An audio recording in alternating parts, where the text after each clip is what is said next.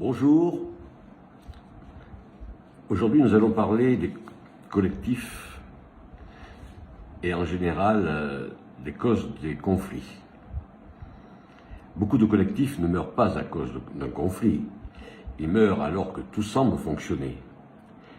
Les réunions sont régulières, la participation est forte, les décisions sont votées. Tout semble normal. Et pourtant, 2 ans plus tard, la moitié des membres sont partis. Le collectif s'est effondré. Et le plus surprenant, c'est que tous les indicateurs étaient bons. Alors une question se pose. Comment un collectif peut-il mourir sans que personne ne le voie? Les organisations mesurent énormément de choses. Elles mesurent la performance, la participation, la satisfaction, le nombre de décisions prises collectivement. Les tableaux de bord sont partout. Et c'est normal. Les organisations ont besoin d'indicateurs pour comprendre ce qui se passe. Mais les indicateurs mesurent surtout ce qui est visible. Ce qu'ils mesurent beaucoup moins, c'est quelque chose de plus profond. Une question très simple. Les membres ont-ils encore le sentiment d'être réellement la cause de ce qui arrive au collectif? Autrement dit, est-ce qu'ils ont le sentiment que ce qui se passe dépend vraiment d'eux? Ou bien est-ce qu'ils ont l'impression que, quoi qu'ils fassent, les décisions importantes sont déjà prises ailleurs? Quand ce sentiment disparaît, quelque chose se casse. Et souvent, cela ne se voit pas tout de suite. Les réunions continuent, les votes continuent, les procédures démocratiques continuent. Mais progressivement, les membres deviennent des spectateurs, des participants fatigués et parfois des déserteurs. Prenons un exemple très simple. Une SCOP vote pour un nouveau projet.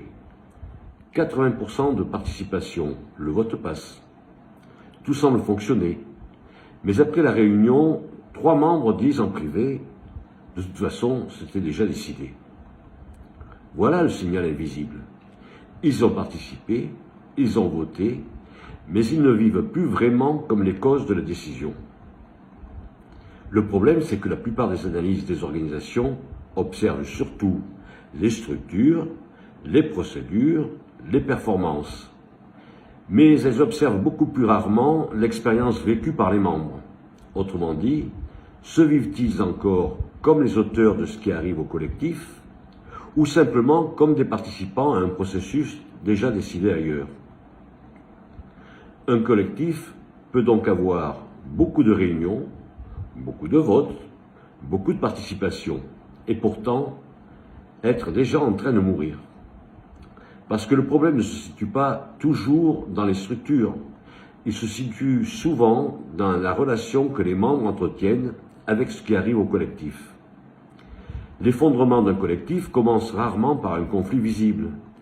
Il commence souvent beaucoup plus tôt. Il commence au moment où les membres cessent de se vivre comme les causes de ce qui arrive. C'est ce que j'appelle la fragilisation ontologique des collectifs. Si vous voulez savoir si votre collectif traverse ce type de fragilisation invisible, il existe un diagnostic qui permet de la mesurer. L'indice du conatus collectif. Le lien est en description. À lundi prochain pour une nouvelle vidéo.